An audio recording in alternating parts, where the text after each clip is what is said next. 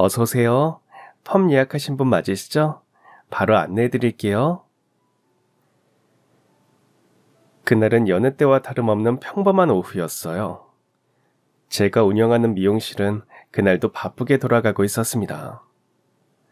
사람을 쓰고 싶지 않아서 저 혼자 소규모 예약제로 운영하고 있었는데 매주 스케줄이 꽉 차 있을 만큼 인기가 좋았습니다. 아는 언니가 원장님 솜씨가 좋다고 해서 꼭 한번 와보고 싶었는데 예약하기가 너무 힘들더라고요. 그렇게 처음 방문한 손님과 가볍게 이야기를 주고받으며 약재를 바르고 롤을 말았습니다. 그러다 유리창 너머로 낯선 아이 하나가 서성이는 모습을 발견했어요. 10살 정도 돼 보이는 여자아이였는데 무언가 살피듯 미용실 안을 들여다보고 있었습니다. 처음엔 그냥 호기심 많은 동네 아이라고 생각했어요. 그런데 한참을 그렇게 서성이더니 조심스럽게 문을 열고 안으로 들어오더군요. 그러더니 뜻밖의 이야기를 꺼냈어요. 저기 혹시 저도 머리 자를 수 있나요? 아이의 작은 목소리가 미용실 안에 조심스럽게 울려 퍼졌습니다. 그런데 그 다음에 이어진 말이 모두의 가슴을 먹먹하게 만들었어요. 우리 엄마가 아파서 머리가 다 빠졌거든요. 그래서 저도 엄마처럼 짧게 깎고 싶어요. 그러면서 아이는 꼭 쥔 주먹을 조심스레 펴보였습니다. 그 안엔 동전 몇 개가 들어있었어요. 동전보다 삐뚤빼뚤한 손톱, 살짝 때 묻은 손바닥이 더 제 마음을 아프게 했습니다. 아마도 얼마 안 되는 용돈을 조금씩 모아서 용기를 내어 들어온 것 같았어요. 아픈 엄마를 위해 자신도 머리를 깎겠다는 어린 마음이 얼마나 기특하고 예쁜지 저도 모르게 가슴이 뭉클해졌습니다. 저는 고민하지 않고 아이에게 바로 빈자리를 권했어요. 아이를 의자에 앉히고 미용 가운을 둘러줬습니다. 아이는 설레고 긴장된 표정으로 거울 속 자신의 모습을 바라보고 있었어요. 아이의 머리카락은 제멋대로 삐뚤삐뚤 자라 있었습니다. 아마도 오랜 시간 미용을 하지 않은 듯 했어요. 저는 아이의 얼굴을 살피고 깔끔한 단발 스타일로 머리를 자르기 시작했어요. 그동안 아이는 얌전히 앉아 있었습니다. 가끔씩 거울을 통해 보이는 아이의 표정은 너무도 진지했어요. 마치 중요한 임무를 수행하고 있는 것처럼 말이죠. 고작 10살 남짓한 아이가 아픈 엄마를 생각해서 이렇게 머리 자를 생각을 하다니 기특하면서도 한편으론 안쓰러웠어요. 머리를 다 자르고 아이에게 어떠냐고 물었습니다.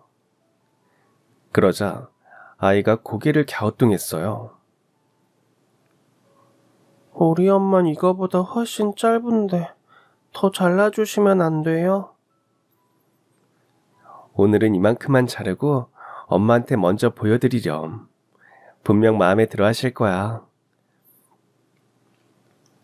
제 말에 아이는 고민하는 듯 하더니 이내 활짝 웃으며 고개를 끄덕였습니다. 저는 아이의 머리를 감기고 드라이까지 예쁘게 해줬어요. 아이는 들고 온 동전을 모두 저에게 건넸습니다. 저는 아이에게 동전을 돌려줬어요.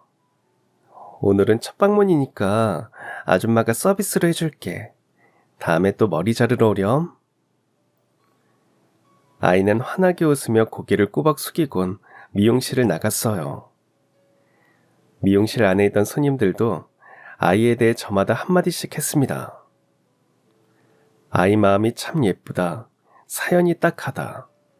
아이 엄마가 얼른 나았으면 좋겠다. 그런 얘기들이었죠. 저 역시 아이와 아이 엄마 사정이 얼른 나아지기를 바라며 그날 하루를 마무리했습니다. 그런데 며칠 뒤 그 아이가 다시 미용실을 찾아왔어요.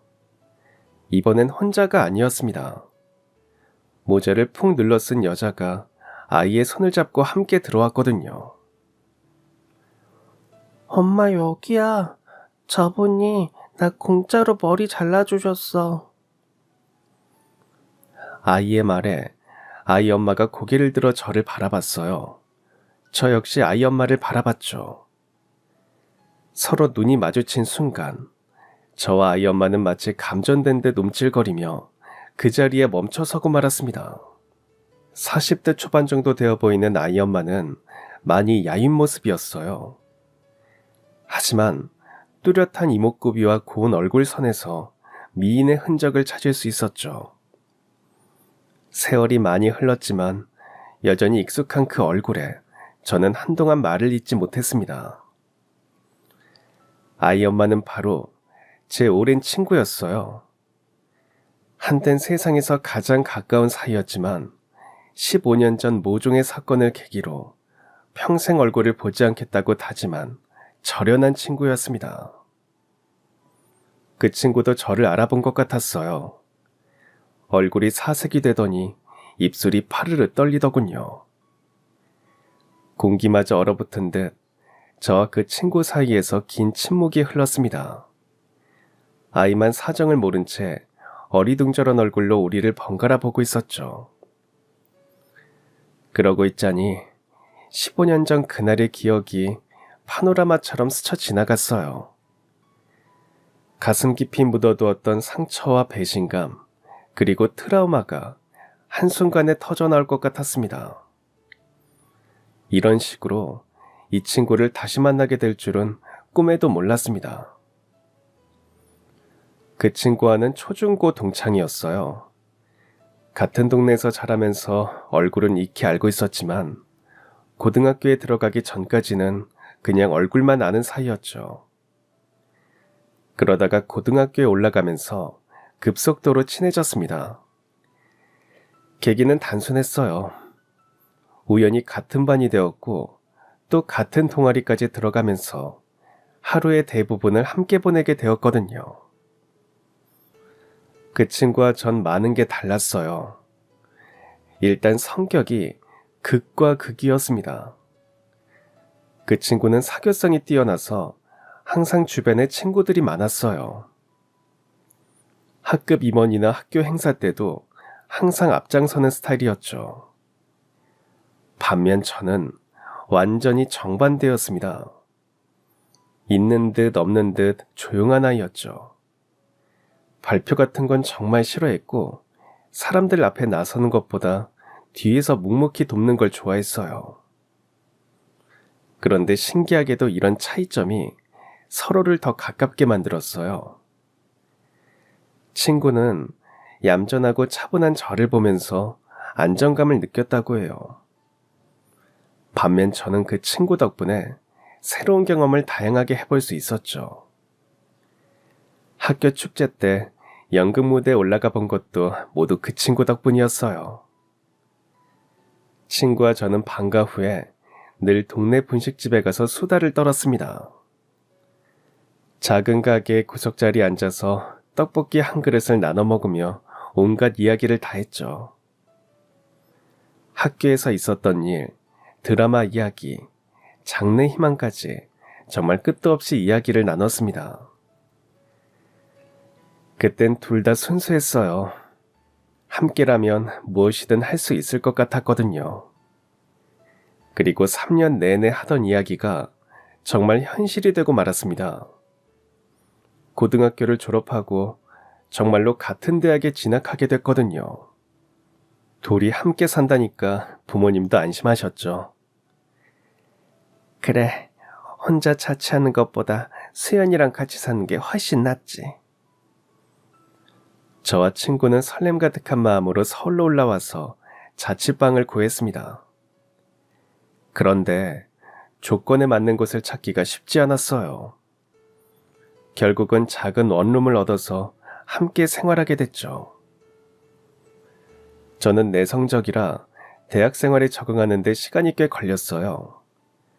새로운 환경, 새로운 사람들과 어울리는 게 쉽지 않았거든요. 하지만 친구는 달랐습니다. 첫 학기부터 동아리에 들어가고 선배들 후배들과도 활발히 어울렸죠. 가끔은 친구의 그런 사교성이 부러웠어요. 반면 친구는 제 성실함과 꾸준함을 부러워했습니다. 친구와 저는 서로의 다른 점을 선망하며 지냈어요. 대학 생활은 전혀 달랐지만 집에 돌아오면 둘도 없는 단짝으로 돌아와서 하루 일과를 나누곤 했죠. 그렇게 이야기를 하다가 자정이 넘어서 잠드는 날도 많았습니다. 그렇게 4년의 대학 생활을 마치고 나니 커다란 벽이 우리 앞을 가로막고 있었어요. 바로 취업이라는 벽이었죠. 저는 운 좋게 졸업하고 얼마 지나지 않아 안정적인 중견기업에 취업할 수 있었습니다. 그동안 꾸준히 쌓아온 스펙과 성실함을 인정받은 결과였죠. 하지만 친구는 달랐습니다. 어렵게 서류 전형을 통과해도 면접만 가면 번번이 떨어졌거든요. 분명히 능력도 있고 매력도 있는데 왜 자꾸 떨어지는지 이해할 수 없었어요. 내가 뭐가 부족한 걸까? 왜 자꾸 면접에서 떨어질까? 친구가 좌절하는 모습을 보고 있자니 제 마음도 무거웠어요. 결국 친구는 생계를 위해 여러 아르바이트를 전전하게 되었습니다. 편의점이나 카페에서 일할 때도 있었고 레스토랑에서 일할 때도 있었어요. 나중엔 아르바이트 하던 학원에 보조 강사로 취업했지만 수입은 늘 불안정했습니다. 친구와 저는 대학을 졸업한 뒤에도 동거 생활을 이어갔어요. 대신 보증금을 올려서 방이 2개짜리인 곳으로 이사를 했죠. 둘 다 조만간 직장을 구할 테니 늘어난 월세를 감당할 수 있을 거라고 생각했습니다. 하지만 친구는 아니었어요. 생활비도 빠듯해서 자기 몫의 방세를 못 낼 때가 많았습니다. 그럴 때마다 제가 친구 몫까지 대신 내주곤 했어요. 미안해. 내가 취업하면 꼭 갚을게. 친구는 그렇게 말했지만 사실 월세를 대신 내주는 건 크게 신경 쓰지 않았어요. 친구가 힘들어하는 모습을 보는 게 더 힘들었거든요. 그 무렵 친구는 취업 문제에 연애 문제까지 겹쳐서 힘든 나날을 보내고 있었습니다. 만나는 남자들마다 하나같이 진지하지 않고 무책임한 사람들이었거든요. 또 연락이 안 돼. 왜 나는 매번 이런 남자만 만나는지 모르겠다. 너한테 문제가 있는 게 아니라 걸핏하면 잠수 타는 그 사람이 문제인 거지. 괜찮아. 분명 좋은 사람 만날 거야. 지금 만나는 사람들은 네 진가를 알아보지 못하는 거야. 그땐 정말 그렇게 생각했어요. 친구가 좋은 사람을 만나서 행복해지기를 진심으로 바랐거든요. 그런 와중에 저에게도 소개팅 제안이 들어왔습니다. 주선자는 회사 선배였어요. 아무래도 주선자가 회사 선배다 보니 거절하기가 쉽지 않았어요. 그래서 일단 만나보겠다고 하고 약속 장소로 나갔습니다. 처음엔 별 기대를 하지 않았어요. 소개팅이라는 게 대부분 어색하고 부담스럽잖아요. 잘 될 확률도 그만큼 낮고요. 그런데 그 사람은 달랐어요. 뭔가 사람을 편안하게 하는 매력이 있었습니다. 무엇보다 차분하고 예의 바른 태도가 마음에 들었어요. 다행히 상대도 저를 마음에 들어해서 만남을 이어가게 됐습니다. 그렇게 꾸준히 만나면서 서로에 대한 신뢰를 차곡차곡 쌓아갔어요. 물론 사소한 다툼도 있었지만 그럴 때마다 서로를 이해하려고 노력했습니다. 그러다 보니 큰 싸움으로 번지진 않았어요. 1년 정도 지나니 자연스럽게 결혼 이야기가 오가게 됐습니다. 둘 다 안정된 직장을 갖고 있고 나이도 20대 후반에 접어들었으니 어찌 보면 자연스러운 흐름이었죠. 결혼을 하면 어디에 신혼집을 구할지, 식장은 어디로 잡을지, 아이는 언제쯤 가질지 그런 구체적인 이야기를 주고받자니 결혼이 점차 현실로 다가오는 기분이었습니다. 친구와는 여전히 같이 살고 있었기 때문에 남자친구와도 자주 만나게 되었어요. 셋이 같이 밥도 먹고 가끔은 술도 한 잔씩 하면서 친한 사이가 되었죠. 나중에 수현 씨 남자친구 생기면 더블 데이트해요. 완전 좋죠. 저 더블 데이트하는 거 로망이었거든요. 그러다 서로 결혼하면 같이 가족여행도 다니고 그러면 좋겠다. 그런 이야기를 서로 주고받곤 했습니다. 남자친구는 친구의 취업 문제도 함께 걱정해 주었고, 마침 남자친구가 회사의 인사팀에서 일하고 있어서 취업과 관련된 이런저런 팁을 줄 수 있었어요. 그럴 때마다 친구는 부러운 마음을 털어놓았습니다. 넌 정말 뭘 하든 똑 부러지는구나. 남자도 어쩜 저렇게 괜찮은 사람을 한 번에 물어왔니? 난 늘 허당인데. 그 뒤로 몇 번 남자친구의 주변 사람들을 친구에게 소개해줬지만 잘 되진 않았어요. 저는 언젠가 친구도 좋은 남자를 만나기를 진심으로 바랐습니다. 그 사이 저와 남자친구는 결혼 준비를 차곡차곡 진행했어요. 상견례를 앞두고 양가의 인사도 다녀왔습니다. 그런데 갑자기 남자친구의 일이 바빠졌어요. 저녁에 퇴근하면 먼저 연락을 해왔는데 최근 들어 남자친구에게 전화 오는 일이 뜸해졌어요. 메시지를 보내도 한참 뒤에야 답장을 주고는 했습니다. 남자친구는 일이 갑자기 많아졌다면서 바뀐 상황을 설명해줬어요. 저는 이해했습니다. 하지만 남자친구의 회사 일은 좀처럼 줄어들 기미가 보이지 않았습니다. 나중엔 주말에 만나는 것조차 어려워졌어요.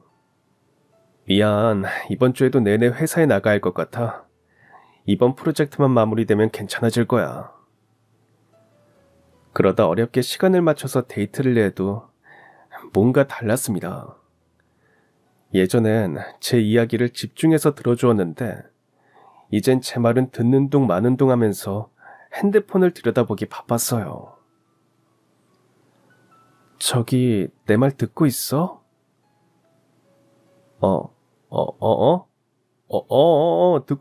듣고 있어. 내가 방금 뭐라고 했는지 기억은 해? 상견례 날짜 얘기했잖아. 이런 대화가 반복되곤 했어요. 그러다 보니 불안감이 점점 커졌습니다. 혹시 내가 뭘 잘못했나? 결혼하는 게 부담스러워진 건가? 혼자 별별 생각을 다 하게 됐죠. 저는 친구에게 이런 속내를 모두 털어놓았습니다. 요즘 좀 이상해. 정신이 딴 데 팔려있는 사람 같아. 결혼 앞두고 그럴 수 있어. 남자들도 메리지 블루가 온다잖아. 너무 걱정하지 마. 친구는 그런 저를 안심시켜 주었습니다. 하지만 남자친구의 태도는 좀처럼 변하지 않았어요. 결혼 준비 과정에 대해서도 소극적으로 변했죠. 그러다 보니 저희 집에서 먼저 이런저런 말들이 나왔습니다. 너네 결혼할 생각은 있는 거니? 우리 집에 인사 온 지가 언젠데 상견례 날짜를 아직도 안 잡았어. 저 역시 더는 미룰 수 없다고 생각해서 남자친구에게 연락을 했습니다. 부모님이 상견례 일정을 모르시는데 오빠 쪽은 어때? 실은 요즘 어머니 몸이 좀 안 좋으셔. 조금만 기다려주면 안 될까? 그럼 예식장이라도 미리 잡아놓자. 인기 있는 곳은 1년 전부터 예약해야 한대. 이게 상견례도 안 했는데 어떻게 예식장을 잡아. 서두르지 말고 순서대로 하자. 그렇게 저와 남자친구의 결혼 준비 과정은 차일피일 미뤄지고 있었어요. 그러다 하루는 친구와 남자친구, 저, 이렇게 셋이 밖에서 저녁을 먹게 됐습니다. 자연스럽게 결혼 이야기가 나왔는데 남자친구가 화제를 다른 곳으로 돌렸어요. 그런 이야기를 뭐하러 해? 그건 나랑 둘이 있을 때. 왜? 우리 둘 사이에 이거보다 중요한 이야기가 어디 있다고. 그 사이 친구가 잠깐 편의점에 다녀온다며 자리에서 일어났어요. 남자친구는 부주의한 저를 나무랐습니다. 수현 씨 있는 데서 그런 이야기를 뭐하러 해? 수현 씨는 지금 남자친구도 없잖아. 결혼 이야기 관심도 없을 텐데 자기 요즘 그 얘기만 하잖아. 그 생각까진 못했네. 앞으로 조심할게. 그 뒤로는 친구 앞에서 되도록 결혼 이야기는 하지 않도록 주의했습니다. 친구는 괜찮다고 했지만 제가 괜히 신경 쓰였어요. 설마 둘이 제 뒤에서 그런 작당 모의를 하고 있을 줄은 꿈에도 모르고 말입니다. 알아차린 계기는 단순했어요. 어쩌면 우연의 일치로 그 모든 걸 알게 됐죠. 자기야, 저녁 약속 다음으로 미루면 안 될까? 내가 지금 몸이 좀 안 좋아서. 2주 만에 남자친구와 만날 약속을 잡았는데 남자친구는 몸이 안 좋다며 약속을 다른 날로 미루자고 했어요. 알겠다고 하고 전화를 끊었는데 착 가라앉은 목소리가 신경 쓰였습니다. 몸이 많이 안 좋은가 싶어서 퇴근길에 죽을 사들고 남자친구네 회사로 향했어요. 죽만 전달해주고 돌아올 생각이었죠. 남자친구의 회사 건물 맞은편에 서 있자니 퇴근한 사람들이 하나둘씩 나오기 시작했어요. 곧 남자친구도 모습을 드러냈죠. 생각보다 괜찮은 모습에 안도하며 남자친구에게 다가가려던 저는 그 자리에서 얼어붙고 말았습니다. 저 말고 다른 사람이 남자친구에게 먼저 달려갔기 때문이죠. 문제는 그 뒷모습이 너무 익숙했다는 겁니다. 상대는 남자친구에게 다가가서 자연스럽게 팔짱을 꼈어요. 그러자 남자친구 역시 웃으며 상대의 머리를 쓰다듬었습니다. 예상하셨을지 모르겠네요. 네, 맞습니다. 그 상대는 다름 아닌 제 친구였어요. 그 모습을 보는 순간 온몸이 얼어붙었어요. 머리가 하얘지면서 아무 생각도 나지 않았죠.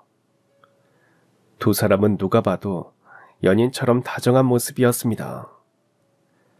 저는 점점 멀어지는 두 사람의 뒷모습을 멍청이 서서 바라봤어요. 두 사람이 제 시야에서 완전히 사라지자 그제야 온몸이 부들부들 떨렸습니다. 말할 수 없는 감정이 온몸에 소용돌이 쳤어요. 배신감, 분노, 당혹감, 슬픔, 그 모든 감정들이 한꺼번에 몰려와서 정신을 차릴 수 없었습니다. 저는 도망치듯이 집으로 향했어요. 지하철을 타고 가는 동안에도 그 장면이 계속 눈앞에 어른거렸습니다. 집에 도착해서 멍하니 넋을 놓고 앉아있는데 거의 자정이 다 되어서야 친구가 들어왔어요. 친구는 식탁 앞에 앉아있는 저를 보곤 흠칫 놀랐습니다. 친구의 놀라는 모습을 보니 배신감과 함께 화가 치밀어 올랐습니다. 저는 감정을 애써 억누르며 침착하게 물었어요. 왜 이렇게 늦게 들어왔어? 학원 일이 좀 많았어. 이것저것 하다 보니까 늦어졌네. 친구는 제 물음에 태연하게 거짓말을 늘어놨습니다. 저는 친구를 빤히 바라봤어요. 그러자 친구도 뭔가 이상하다는 걸 눈치챘는지 당황하며 이런저런 말을 늘어놨습니다.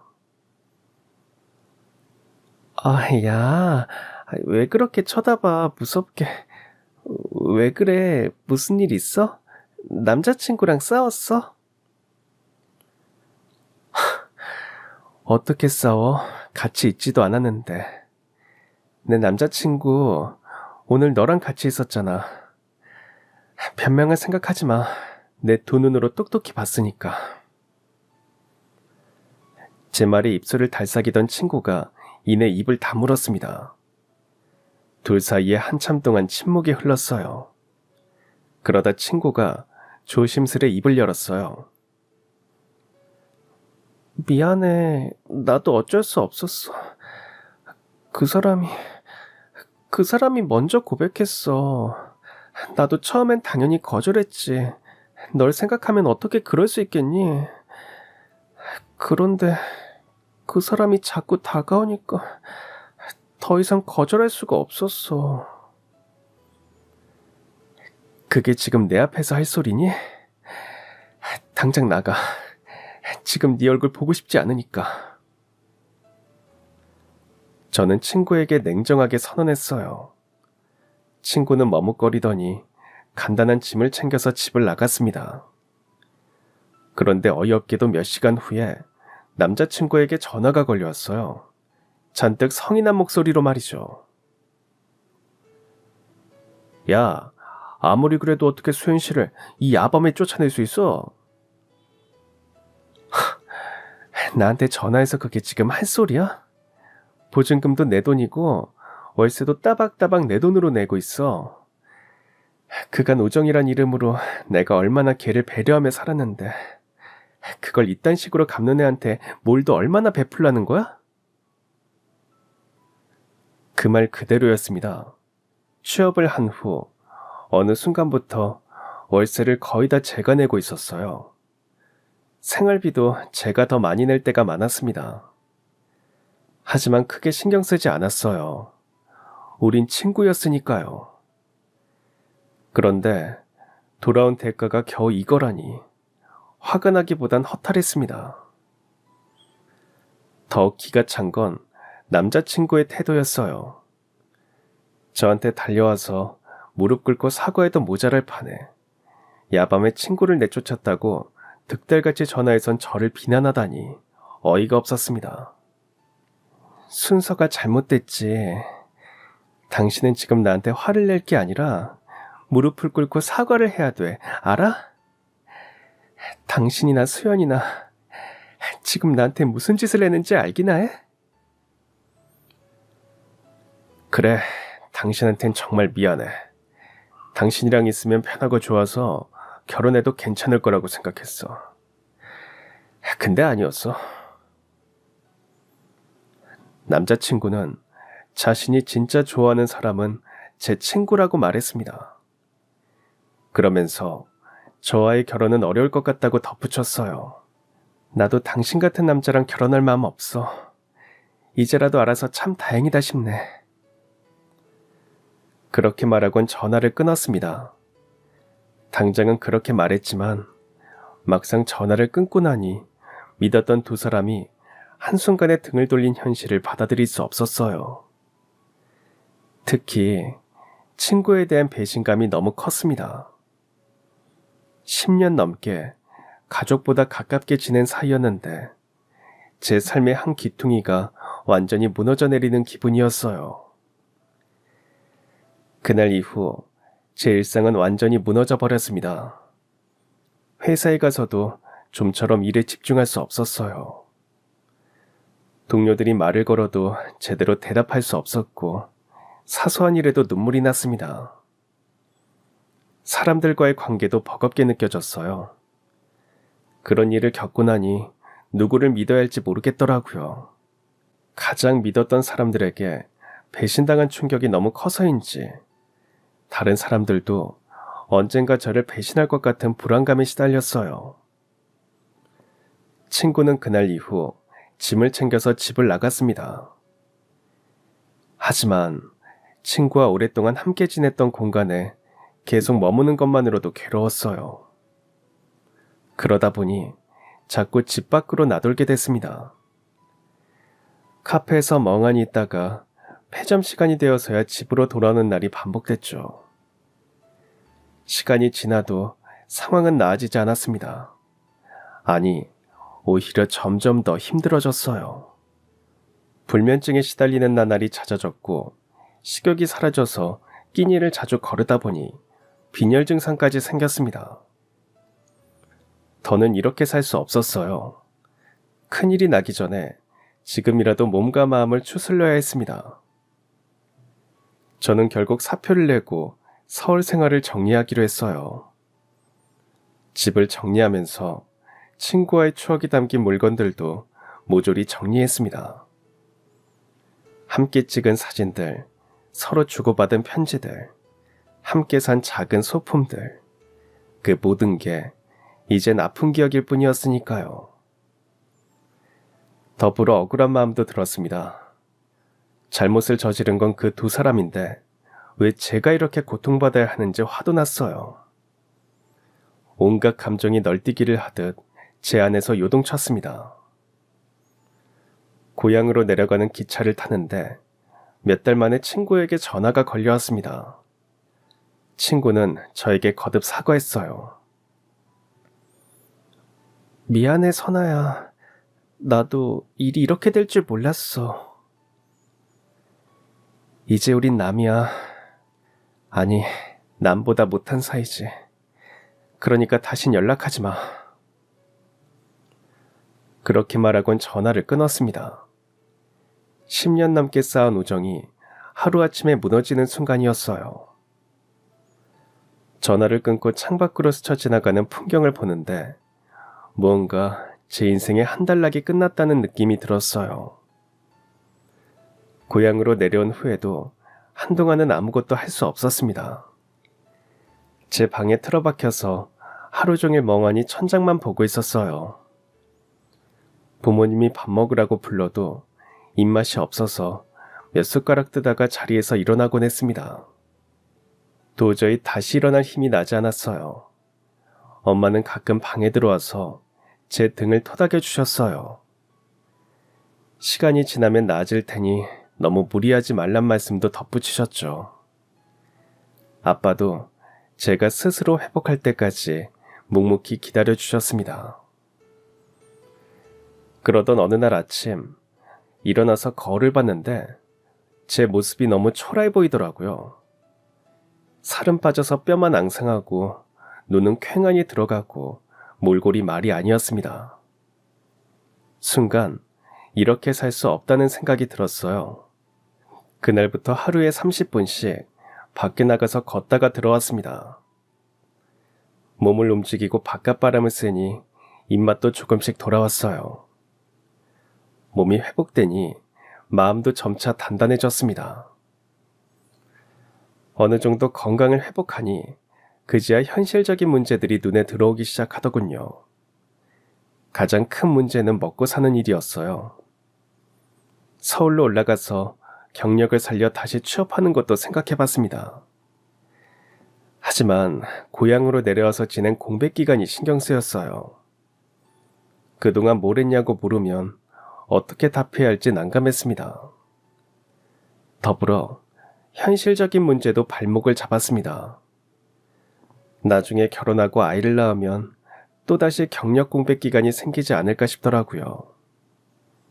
실제로 회사에서 일해보니 아이를 낳고 육아휴직을 썼다가 돌아오는 여직원이 많지 않았어요. 그런 문제로 고심하던 찰나에 뜻밖의 곳에서 해답을 얻었습니다. 근처에 사는 이모네 집에 놀러 갔다가 우연히 이모가 일하는 미용실에 가게 된 거죠. 이모는 오랫동안 미용 일을 해오셨는데 적지 않은 나이에도 여전히 작은 미용실을 운영하면서 생활비를 벌고 계셨어요. 이모, 미용사 일은 어때? 힘들지 않아? 힘들지. 그래도 기술이 있으니까 든든해. 어디서든 내 손으로 먹고 살 수 있잖아. 이모의 말을 듣는 순간 번개를 맞은 것 같았어요. 맞네. 기술이 있으면 결혼을 해도 나이가 들어도 어디서든 내 힘으로 먹고 살 수 있겠다. 저도 모르게 그런 말을 중얼거렸습니다. 그때부터 미용 기술을 배우고 싶다는 생각이 강해졌어요. 남에게 의존하지 않고 내 손으로 할 수 있는 그런 일을 해보고 싶었거든요. 고심하던 저는 미용 기술을 배우기 위해 다시 서울로 올라왔습니다. 모아둔 결혼 비용으로 새 집을 구하고 미용 학원에도 등록했죠. 학원 등록을 하고 나오는데 어찌나 떨리던지요. 새로운 시작이란 설렘도 있었지만 잘할 수 있을지 불안감도 컸습니다. 실제로 해보니 미용 공부는 생각보다 훨씬 힘들었어요. 나름 손재주가 있다고 생각했는데 빗 잡는 법부터 기본적인 가위질까지 어느 하나 쉬운 게 없었습니다. 매일 연습하다 보니 금방 손에 물집이 잡혔어요. 서 있는 시간이 길다 보니 다리도 뻐근하게 아팠습니다. 가끔은 포기하고 싶은 순간도 있었지만 이를 악물고 버텼어요. 손이 갈라지고 피가 나도 집에 와서 약을 바르고 반창고를 붙인 후 다음날 다시 학원에 나갔죠. 그렇게 달려드니 점차 기술이 늘기 시작했어요. 어설펐던 손놀림이 조금씩 자연스러워졌고 주변 사람들에게도 많이 늘었다는 칭찬을 받았죠. 바로 그 무렵 뜻밖의 소식을 들었습니다. 친구와 헤어진 남자친구가 결혼을 한다는 소식이었죠. 순간 가슴이 덜컥 내려앉았습니다. 머리론 예상하고 있었지만 막상 확실한 소식을 접하니 충격이 컸어요. 하지만 애써 마음을 다잡았습니다. 남의 눈에 피눈물 나게 한 사람들이 과연 잘 살 수 있을까? 그런 생각도 들었고요. 씁쓸한 마음이 들었지만 신경 쓰지 않으려 애썼습니다. 그 사람들 때문에 제 인생을 더 이상 망치고 싶지 않았거든요. 대신 미용 공부에 더 몰두했습니다. 아픈 기억을 잊기 위해서라도 뭔가에 집중해야 했어요. 돌아보니 그게 저에겐 치유의 과정이기도 했습니다. 미용 학원을 졸업한 후에는 여러 미용실에서 견습으로 일하며 경험을 쌓았습니다. 처음에는 바닥 청소, 수건 정리, 약품 정리 같은 일부터 시작했어요. 사소한 일이었지만 그조차 누구보다 성실히 하려고 노력했습니다. 저보다 한참 어린 상사에게 혼나는 일도 많았어요. 머리를 이상하게 잘랐다, 컬이 어설프다, 컴플레인을 거는 고객도 계셨죠. 그래도 꿋꿋하게 버텼습니다. 다 배우는 과정이라고 생각하며 스스로를 다독였죠. 그렇게 버티니 점차 단골 고객이 늘어났습니다. 어느 순간엔 한 달 스케줄이 꽉 차는 지경에 이르렀죠. 무엇보다 미용일은 결과물이 바로 눈앞에 드러나니 성취감이 컸습니다. 제가 해준 머리를 보고 만족해하는 분들을 볼 때마다 저 역시 절로 미소가 지어졌어요. 그렇게 치열하게 일한 끝에 30대 후반이 되었을 때 제 이름으로 된 미용실을 열 수 있었습니다. 작지만 제가 꾸민 공간, 제 이름이 적힌 간판을 보는 순간 주책맞게도 눈물이 핑 돌았어요. 힘든 시기를 이겨내고 여기까지 온 스스로가 대견했습니다. 하지만 그때까지도 새로운 사람을 만나는 건 꿈도 꾸지 못하고 있었어요. 사람을 믿는다는 것 자체가 아직 두려웠거든요. 하지만 지금의 남편을 만나면서 저에게도 조금씩 변화가 생겼습니다. 단골 고객의 소개로 만난 남편은 항상 성실하고 진심 어린 태도로 저를 대해줬어요. 제가 쉽게 마음을 열지 못해도 포기하지 않고 작은 배려와 행동들로 천천히 신뢰를 쌓아갔습니다. 지금까지 힘든 일이 있었나 봐요. 천천히 가도 돼요. 선아 씨가 준비될 때까지 기다릴게요. 남편이나 저나 30대 후반이라 결혼을 서두를 나이임에도 불구하고 남편은 저를 재촉하지 않았어요. 그저 묵묵히 제가 마음을 열 때까지 기다려줬습니다. 더불어 저에게 믿음을 주기 위해 사소한 노력을 마다하지 않았어요. 매일 제 안부를 묻고 어디를 가면 사소한 일 하나까지 모두 얘기해 줬습니다. 그런 남편의 노력 덕분에 저 역시 마음을 열고 무사히 결혼에 꼴이 날 수 있었어요. 남편은 결혼한 후에도 변함이 없었습니다. 늘 저를 존중하고 배려해 줬죠. 더불어 제 커리어도 존중해 주었습니다. 당신이 힘들게 이룬 결과물이잖아. 결혼했다고 접는 건 말이 안 되지. 아이가 태어난 후에도 마찬가지였어요. 가사일과 육아를 당연하다는 듯 함께 분담해 주었습니다. 덕분에 저는 일을 놓지 않고 계속 미용실을 운영할 수 있었어요. 그런 남편을 보고 자라서인지 남편을 쏙 빼닮은 아들은 미용실 문을 닫을 시간이 되면 어김없이 아빠의 손을 잡고 나타나서 이렇게 말했습니다. 엄마, 내가 엄마를 지켜주러 왔어. 그런 아들을 보고 있노라면 저도 모르게 입가에 미소가 번졌어요. 그 무렵엔 하루하루 행복한 나날을 보내고 있었습니다. 미용실도 잘 됐고 남편과도 사이가 무척 좋았어요.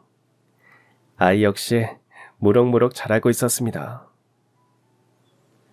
하지만 그럼에도 불구하고 15년 전 친구의 배신은 제 인생에서 유일한 상처이자 트라우마로 남아있었어요. 가끔 그때의 기억이 떠오르면 여전히 가슴이 저릿했습니다. 그래서 그 친구를 다시 만났을 때 충격이 더 컸던 것 같아요. 오랫동안 묻어두었던 상처가 한순간에 되살아나는 느낌이었거든요. 친구는 한참 동안 말을 못하고 서 있더니 갑자기 눈물을 흘리기 시작했어요. 그러더니 제 앞에서 고개를 숙여 보였습니다. 선아야, 정말 미안해. 그때 내가 너무 큰 죄를 지었어. 그때 네 남자를 빼앗은 게 내 인생 최대의 실수였어. 결국 그 죄로 인해 내가 벌을 받고 있는 것 같아. 그 말을 듣는데 마음 한구석이 쓰라렸어요. 그제야 여전히 상처가 아물지 않았음을 깨달았습니다. 아이는 엄마가 우는 모습에 어리둥절해하며 엄마의 옷자락을 잡아당겼어요. 엄마 왜 울어? 또 아파? 아이의 그 말에 친구는 결국 울음을 터뜨렸습니다. 애써 감정을 추스르려 했지만 쉽지 않아 보였어요. 저는 친구 대신 아이를 다독였습니다. 엄마가 지금 좀 아픈가 봐. 잠깐 여기 앉아서 엄마가 괜찮아질 때까지 기다려줄래? 아이는 제 말에 얌전히 제가 가리키는 곳에 가서 앉았습니다. 저는 아이를 위해 책을 몇 권 가져다 주었어요. 그 사이 친구는 감정을 가라앉히기 위해 심호흡을 하고 있었습니다. 그러고는 자신의 이야기를 털어놓기 시작했어요. 소식 들었겠지만 결국 그 사람이랑 결혼했어. 네 눈에 피눈물 나게 해놓고 나도 참 나쁜 년이지. 결혼하고 처음 몇 년은 행복했어. 정말 짧게나마 그 사람이 나한테 잘해줄 때가 있었거든. 그때는 앞으로도 이렇게 평생 행복하게 살 수 있을 거라고 생각했지. 그 말을 들으며 복잡한 감정이 들었어요. 한편으론 그래도 행복했구나 싶기도 하고, 다른 한편으론 나는 그때 정말 힘들었는데 하는 씁쓸한 마음도 들었거든요. 하지만 그 행복은 정말 짧았어. 결혼 3년 차가 되니까 모든 게 달라지기 시작했거든. 이내 친구의 표정이 어두워졌어요. 그러더니 정말 충격적인 이야기를 털어놓았습니다. 내가 아이를 갖고 배가 부르기 시작했을 때 그 즈음부터 그 사람이 바람을 피우기 시작했거든. 그 말을 듣는 순간 할 말을 잃고 말았습니다. 아무리 그래도 사람이 할 짓이 있고 못할 짓이 있지, 임신한 아내를 두고 바람을 피우다니요. 나는 그때 아무것도 몰랐어. 입덧 때문에 너무 힘들어서 다른 건 신경 쓸 여력이 없었거든. 그래서 아이를 낳고 한참 지나서야 그 사실을 알게 됐지. 주변 사람들이 하나둘씩 말해주더라고. 너희 남편 요즘 여자 생긴 거 아니냐. 길 가다 우연히 봤다. 이런 식으로 말이지. 믿고 싶지 않았어. 그래서 따져 물었지. 처음엔 발뺌하더니 나중엔 대놓고 인정하더라고. 그래 맞다. 나 다른 여자 있다. 그래서 네가 어떻게 하겠냐는 식으로 말이야. 그 순간 친구의 절망감이 고스란히 전해졌어요. 어린아이를 안고 그런 말을 들었을 때의 기분이 어땠을지 차마 상상할 수 없었습니다. 아이 때문에 섣불리 이혼할 수는 없었어. 아이가 아빠 없이 자라면 안 된다고 생각했거든. 그냥 내가 참으면 된다고 생각했어. 하지만 그 사람은 내가 참는다고 해서 반성하지 않았어. 오히려 더 심해졌지. 집에 들어오는 시간이 점점 늦어지더니 나중엔 전화도 안 받더라고. 주변 사람들 입에서 계속 소문이 도는데 나만 바보처럼 모른 척하고 있었어. 아이가 너무 어리기도 했고 나 혼자선 아무것도 할 수 없을 것 같았어. 경제활동도 제대로 해본 적이 없고. 당시의 친구 심정을 조금은 이해할 수 있을 것 같았어요. 저도 배신당했을 때 그런 절망감을 느꼈으니까요. 정신적 스트레스가 너무 심해서 우울증까지 왔어. 아이 보는 것 외에는 아무것도 하기 싫더라. 그래서 하루 종일 집에 있으면서 울기만 했지. 그런데 그 사람은 내가 그런 상태여도 신경 쓰지 않더라고. 오히려 나 때문에 집에 있기 싫다면서 더 자주 밖으로 나돌았어. 그러더니 결국은 그 나쁜 놈이 먼저 이혼을 제안했다고 합니다. 다른 여자랑 살고 싶으니 이제 그만 놔달라고 하더라고. 참 그다운 선택이다 싶었습니다. 친구는 처음엔 거절했다고 합니다. 아이 때문에라도 가정을 지키고 싶었다고 해요. 그러자 상대가 독하게 나왔다고 합니다. 매일 온갖 폭언을 퍼붓고 아이한테도 함부로 대했어. 그러니 도저히 버틸 수가 없더라고. 친구는 결국 합의이혼 서류에 서명했다고 합니다. 분명 양육비는 꼬박꼬박 챙겨주기로 했는데 처음 몇 달만 주고 그 후론 연락도 안 돼. 나중에 알아보니까 회사도 그만두고 아예 잠적해버렸더라고. 그 말을 하면서 친구는 의자에 앉아있는 딸을 바라봤어요. 아이는 엄마 이야기를 다 이해하진 못하지만 분위기가 무거운 걸 아는지 조용히 눈치만 보고 있었습니다. 그때부터 정말 힘들었어. 아이 키우면서 돈도 벌어야 하니까. 온갖 일을 다 했지. 식당에서 서빙 알바도 하고 마트에서 개선원도 하고 새벽엔 사무실 청소도 하고. 아이가 어릴 땐 등이 업고 다니면서 일했어. 정말 고생 많이 했구나. 그 이야기를 듣자니 저도 모르게 그런 말이 나왔습니다. 친구는 힘없이 웃었어요. 그런데 그게 끝이 아니더라. 그렇게 무리하니까 몸이 견디지를 못하더라고. 병원에 가니까 유방암이라고 하더라고. 그것도 2기. 작년부터 몸이 부쩍 안 좋아졌다고 해요. 결국 참지 못하고 병원에 갔다가 암이라는 천청병력 같은 소리를 들었다고 합니다. 그제야 부쩍 야윈 친구의 모습을 이해할 수 있었습니다. 의사 선생님이 그러는데 스트레스와 과로가 주 원인일 가능성이 높다고 하더라. 그 말을 듣는 순간 정말 허탈했어.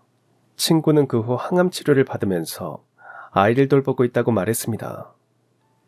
정말 힘들지만 아이 때문에 버티고 있다고 털어놓았어요. 잠시 침묵하던 친구는 다시 한번 저에게 사과의 말을 건넸습니다. 내가 그때 네 자리를 빼앗지 않았다면 이렇게 살진 않았을 거야. 그때 죗값을 이렇게 치르는 것 같아. 내가 그때 너무 큰 잘못을 저질렀어. 가장 소중한 친구를 배신했잖아. 정말 미안해. 친구의 고백을 들으면서 저 역시 마음이 복잡했습니다.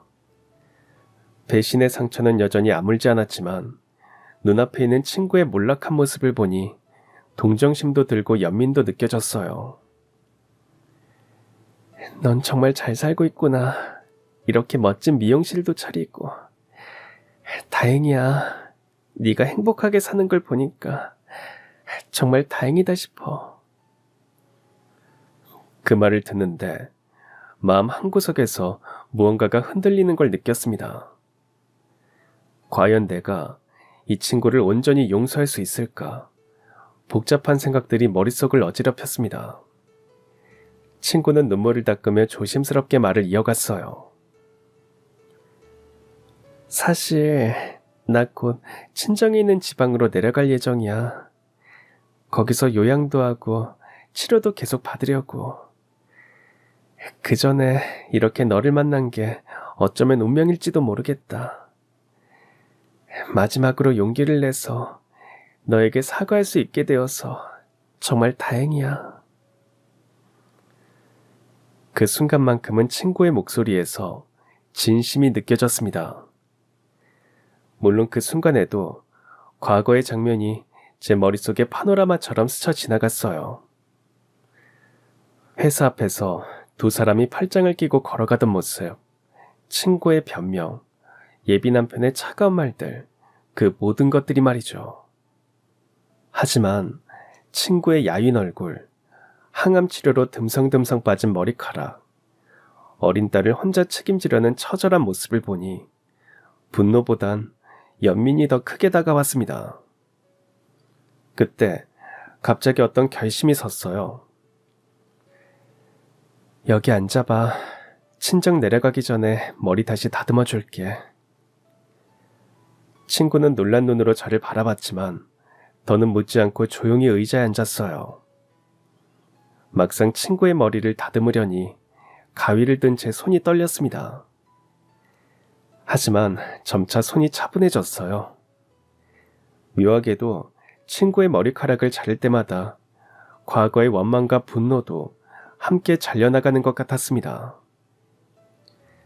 친구는 거울 속 자신의 모습을 보며 조용히 눈물을 흘렸어요.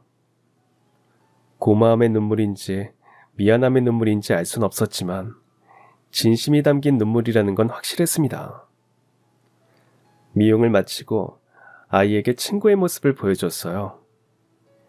아이는 해맑게 웃으며 저에게 꾸벅 인사를 했습니다. 친구는 거듭 저에게 고맙다는 인사를 한 후 아이의 손을 잡고 집으로 돌아갔습니다. 며칠 후 지방으로 내려가기 전에 친구가 딸과 함께 다시 미용실을 찾아왔어요. 저번보단 한결 얼굴이 편해 보였습니다. 친구는 눈물을 글썽이며 말했어요. 선아야, 고마워. 정말 고마워. 나를 용서해줘서. 괜찮아. 나도 이제야 마음이 가벼워졌어. 제가 담담하게 말하자 친구는 안도의 표정을 지었어요. 그렇게 둘 사이에 침묵이 흐르자 아이가 불쑥 끼어들었습니다. 미용사 이모, 우리 엄마 예뻐지게 해줘서 정말 고마워요. 그 말을 듣고 저도 친구도 웃음을 터뜨렸습니다. 그렇게 우리 두 사람은 아이 덕분에 웃으며 작별 인사를 할 수 있었습니다. 친구가 떠난 후 저는 의자에 앉아 긴 생각에 잠겼어요. 친구와의 과거는 제 인생에서 유일한 트라우마였지만 용서한 순간 그 고통이 거짓말처럼 사라졌어요. 그제야 깨달았습니다. 용서는 결국 상대가 아니라 자신을 자유롭게 하는 일이라는 걸요. 사람에게 배신당하는 일은 분명 뼈아픈 일입니다. 그만큼 커다란 상처를 남기기도 하죠. 하지만 상처가 나으면 더욱 단단하게 새살이 돋아나고는 합니다. 저 역시 과거에 그 사건이 없었다면 미용이란 길은 생각하지 못했을 거예요. 지금의 남편도 만나지 못했겠죠. 혹 저처럼 아픈 일을 겪은 분이 계시다면 곧 상처가 아물고 새살이 돋아날 거라고 말씀드리고 싶어요. 그렇게 돋아난 새살은 이전보다 나를 더욱 단단하게 만들어줄 겁니다. 제 사연은 이걸로 마치겠습니다. 들어주셔서 감사합니다. 그럼 지금까지 사연 들어주셔서 감사합니다. 사연이 재밌으셨다면 구독과 좋아요 부탁드려요. 감사합니다. 안녕히 계세요.